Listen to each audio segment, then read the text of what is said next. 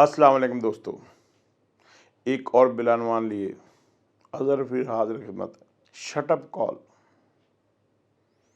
इसको हमने सारी ज़िंदगी ये समझा कि अगर कोई गाली देता है तो उसको गाली देनी है, तो इसको शटअप कॉल कहते हैं। मेरा बहुत अज़ीज़ दोस्त राना तनवीर अहमद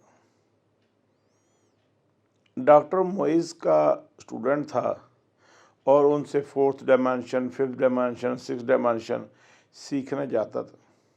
फिर उनके कोऑर्डिनेटर के तौर पे भी आ गए। वो जो सीखता था वो आके मेरे से शेयर करते थे।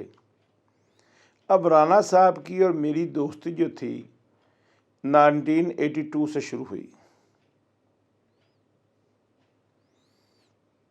राना साहब और मैं एक घर में रहते थे। राना साहब का घर नीचे था, मेरा ऊपर वाली मंजिल पे। हम किराएदार थे, राना साहब भी किराएदार थे। राना साहब का जो छोटा भाई बिलाल था वो मेरा क्लास फेलो था, स्कूल फेलो था। हम इकट्ठे पढ़ते थे, क्लास फेलो भी था, स्कूल फेलो भी था।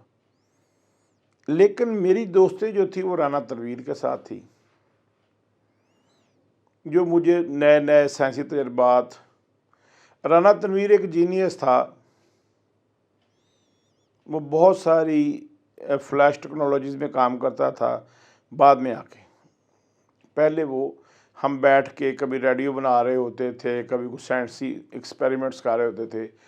मैं क्योंकि जनरल साइंस का स्टूडेंट था, लेकिन मैं राना तनवीर का स्टूडेंट था, जिसकी वजह से मैं साइंस को कि इलेक्ट्रॉनिक्स कैसे होती हैं मैं राना साहब से सीखता था। मैं उनका शुक्रगुज़ार भी हूँ। उन्होंने मुझे सिगरेट की डब्बी के अंदर रेडियो बनाना, उसको ट्यून कैसे करना है, वो सारी चीज़ें सिखाई। उसकी कॉयल कैसे बनाते हैं, उसका वो सिक्का कहाँ से मिलता है, कॉलेज रोड से। 7वीं जमात में मैंने पहला रेडियो बना दिया उनकी मदद से। फिर मुझे हिप्नोटाइज़ करना सिखाते थे कि हम कैसे, अच्छा कुछ चीज़ों पे भी हंसी भी आती है कि कैसे हम टेलीविज़न के आगे बैठें और हम पहले तो एक्सरसाइज हम करते थे कि मोमबत्ती के ऊपर आँखों को फिक्स करना, हिप्नोटाइज़ करना, सोचना। और अगला मरला ये आया कि हम टीवी के आगे बैठें, जो उस पे ड्रामा चल रहा है उसको अगर हम फोकस करें। अब अगर उसे हम ऑर्डर करते हैं कि वो बंदा हमें मिलने आ जाए तो वो मिलने आ जाएगा। मैं और राना साहब मिलके बहुत सारे तजुर्बे करते हैं। सारे हास्य मजाक थे, फ्लॉप फिल्में थीं। हम फिर हिप्नोटिज्म की किताबें लेके आते थे, मैं और राना साहब पढ़ते। फिर 89 में मैं एनसीए पढ़ने चला गया। 90 में मैं वहाँ क्लासें ली। 93 में मैं पास हुआ। 94 में वापस आया। अब दोबारा राना साहब से संगत शुरू हो गई। राना साहब जब फारग होते तो मेरे पास आ जाते और यार फोटोग्राफी सिखा, मैं फोटोग्राफी सिखाता। और कभी ख्वाहिश कर देता, यार मेरा बड़ा दिल करता उस मॉडल को मिलने को, मैंने उसको कभी देखा नहीं, मैं उसका शूट रख लेता। हंसी खुशी शरारत में ज़िंदगी गुजर रही थी। और ज़्यादातर राना साहब की मसरूफियत जो थी वो डॉक्टर मोइज़ के साथ थी। वो बड़ा मुझे कायल करते थे कि तुम भी साथ चलो, लेकिन मैं मसरूफ़ आदमी था। मेरा ख्याल है कि जो हिप्नोटिज्म वगैरह है ये फारग लोगों का, मेरा ख्याल है, आपका मुत्फिक होना ज़रूरी। अब राना साहब ने शटअप कॉल सीखी और मुझे भी आके सिखाई। उन्होंने कहा मियाँ यार तुझे पता शटअप कॉल कैसे देते हैं? मैं कहा यार कोई गाल कड्डे नूं गाल कड्डो ताकि ਉਹਦੇ ਨਾਲੋਂ ਵੱਡੀ ਗੱਲ ਕੱਢੋ ਤੇ ਉਹ ਸ਼ਟਅਪ ਕਾਲ ਹੁੰਦੀ ਹੈ। ਕੋਈ ਇੱਕ ਚਪੇੜ ਮਾਰੇ ਨੂੰ 2 ਚਪੇੜਾਂ करा ਦਿਓ। राना हंसने का कहना नहीं यार शटअप कॉल इसको नहीं कहते, हम हमेशा गलती पे रहे। मैं तुझे आज सिखाता हूँ शटअप कॉल कैसे देते हैं। मैं कहा चल मेरा वीर, क्योंकि Rana just like my brother. उसने कहा यार देखो, अगर तुम परेशान हो जॉब की वजह से, तुम उस ध्यान को शटअप कॉल दो। अगर फॉर एग्ज़ाम्पल अज़ान हो रही है तो ध्यान से उस अज़ान को सुनना शुरू कर दो। आपने पहले वाले ख्याल को शटअप कॉल दी और आप एक नए ख्याल में चले गए जो नेकी का ख्याल भी है और उसके बाद आप उठें, उठ के वज़ू करें और नमाज़ पढ़ने चले जाएँ। ये उस सोच को जो आपके अंदर डेवलप हो रही थी नेगेटिव, उसको शट ऑफ कॉल है एक पॉजिटिव सेंस से। अच्छा, ये मेरे लिए नई बात है। मैं कहा जी राना साहब। फिर उन्होंने मुझे बताया कि जैसे आपका कहीं पे झगड़ा हो जाता है, आप गाड़ी में बैठे आ रहे हैं या कोई आपको हॉर्न दे रहा है बार बार, तो आप गाड़ी साइड पे लगाएं और देखना शुरू करें कि अल्लाह की कुदरत क्या है, लोग गर्मी में कैसे जा रहे हैं, सड़क फैज़ाबाद कैसे पार कर रहे हैं। अच्छा, ये भी एक शटअप कॉल है। पहले ध्यान को झटकने को शटअप कॉल कहते हैं। अच्छा, अगर तुम्हारे जहन में कोई बुरा ख्याल आ रहा है तो तुम इस तरह करो, दुरूद इब्राहिमी पढ़ना शुरू कर दो और उस ख्याल को झटक दो, शटअप कॉल दे दो। मुझे फार्मूला अच्छा लगा, मैंने इसको ऑन कर लिया। जो चीज़ मुझे पसंद नहीं आती मैं उसको शटअप कॉल देता और उस ध्यान से निकल जाता। इस काम में मैं बड़ा पुख्ता हो चुका हूँ।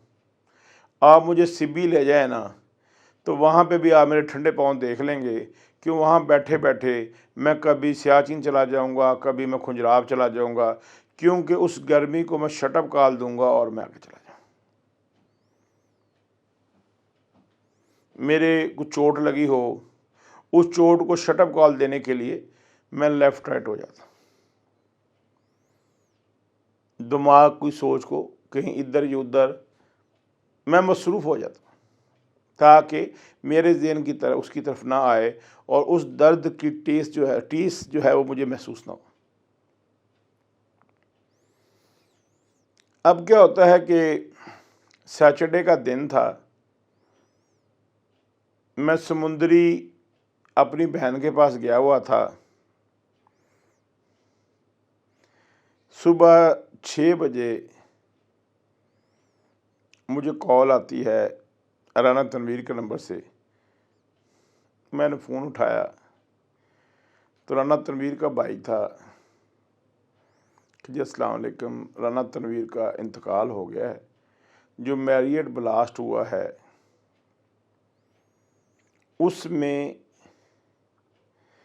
एक टुकड़ा आगे राना साहब की टांगों को लगा है और उनकी टांगें कट गईं। खून ज़्यादा बहने से राना साहब को हम अस्पताल लेके जा रहे थे और राना होश में था। और राने ने क्या किया, अपने बहनोई राना अब्दुल शकूर साहब को फ़ोन किया कि भाईजान मेरी ब्लीडिंग बहुत हो रही है, आप आएँ। उन्होंने इसको उठाया, पोली क्लिनिक ले गए। पोली क्लिनिक वालों ने कहा इसकी ब्लीडिंग ज़्यादा हो रही है, लोग बहुत ज़्यादा है हमारे पास ऑलरेडी, आप इसको किसी पिंडी के हॉस्पिटल ले जाएं। शकूर भाई उसको लेके जा रहे थे तो रास्ते में राना साहब इंतकाल कर गए। राना साहब के जनाजे में मैं शरीक नहीं हो सकता था क्योंकि मैं बहुत दूर था। मैंने बड़े भाई को कहा कि वो जाए और शाम तक मैं भी पहुंच गया यहाँ पे। जब मैं उनके घर गया, राना साहब की कोई तकरीबन 6.5 फुट हाइट थी, माशाल्लाह बहुत लंबे जवान थे। तो हंसते थे, कहते थे यार अज़र फीज़, मैं जब मरी जाता हूँ ना तो मरी कॉलेज में पढ़ते थे, उन्हें वहाँ से FSC और BSc की, तो मेरी टांगें लंबी जो है ना वो बस में आती नहीं है, तो मुझे जो पीछे 8 वाली सीट होती है ना उसके दरमियान बैठना पड़ता है ताकि जो गली सी है उसमें मेरी टांगें आ जाएँ। और हमारे एक दूसरा दोस्त होता था जो छोटी हाइट का था, आजकल वापडा में है, तो वो अक्सर हंसता था कि यार आने अगर तू अपनी टांगें खोल के रखे ना तो मुझे अपनी हाइट बड़ी करने की ज़रूरत पड़े तो मैं अपने आप को टांगें लगाऊं और मैं लंबे कद का हो जाऊं। राना कहता यार हाँ ये ऑप्शन हो तो मैं बस में आराम से बैठ जाऊँ सीट पे और अपनी टांगें खोल के साइड डाल।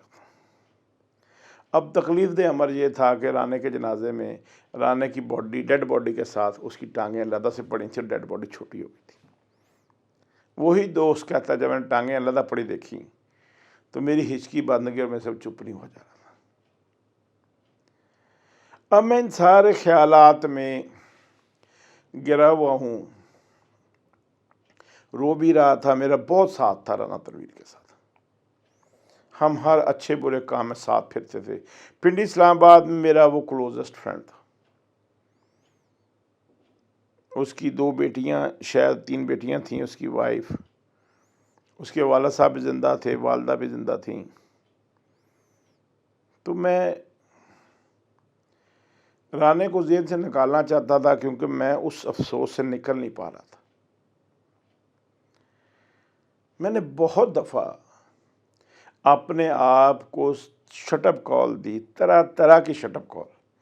जितने तरीके मुझे राने ने सिखाए थे या मैंने और किताबों में पढ़े थे, वो मैंने सारे अप्लाई किए, लेकिन मैं कामयाब नहीं हो सका क्योंकि राना मेरा रोज़ का हमसफ़र था। वो मेरे पास, मेरे प्रेस पे, मेरे एडवर्टाइजिंग एजेंसी आ जाता था और फिर हम कभी शक्करपड़ियाँ, कभी रावल डैम, कभी दामने को, मनाल उस वक़्त ईजाद नहीं हुआ था। अब मैं जिस तरफ जाऊँ मुझे राने की, फैज़ाबाद में मुझे राना याद आ जाए, मैं रोने लग जाऊँ। मैं दुरूद शरीफ भी पढ़ूँ, अज़ान भी पढ़ूँ, इस्तग़फ़ार भी पढ़ूँ, कलमा भी पढ़ूँ, लेकिन राने की याद से मेरी याद, सोच नहीं निकल रही थी। उस दिन मैंने रोया भी बहुत और मैंने राने को मैसेज भेजा, वही हिप्नोटिज़्म के ज़रिए, कि जब हम सोचते हैं तो अगले को मैसेज आता है। मैं कहा यार राने, हर परेशानी जो है ना वो शटअप कॉल से जाती नहीं है। अभी मैं शटअप कॉल तो देता हूँ और मैं फिर तू मेरे सामने खड़ा होता है। तो शटअप कॉल एक अच्छा तरीका काम है, लेकिन छोटे छोटे दुखों के लिए। बड़े दुख शटअप कॉल से नहीं जाते। अल्लाह को रुजू कीजिए, अल्लाह ताला उसके बच्चों को सलामत रखे, उनके लिए आसानियाँ फरमाए, राना के दर्जात बुलंद फरमाए। आप इसके लिए दुआ कीजिए। अल्लाह का नेक बंदा था, बहुत कोशिश करता रहा कि वो मुल्क से बाहर चला जाए। हर्ट होता था जब उसका वीज़ा नहीं लगता था, वीज़ा रिजेक्ट हो जाता था। लेकिन पाकिस्तान ने शायद कम फ़ायदा उठाया ऐसे साइंटिस्ट से,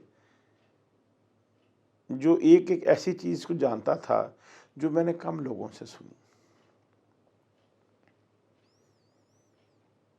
तो आप भी जब आपके पास दुख आए, अल्लाह किसी को ऐसा दुख ना दे जो शटअप कॉल से ना जा सके। अपने दुखों को शटअप कॉल दीजिए, अल्लाह से रजू कीजिए, अल्लाह वाले बन जाइए।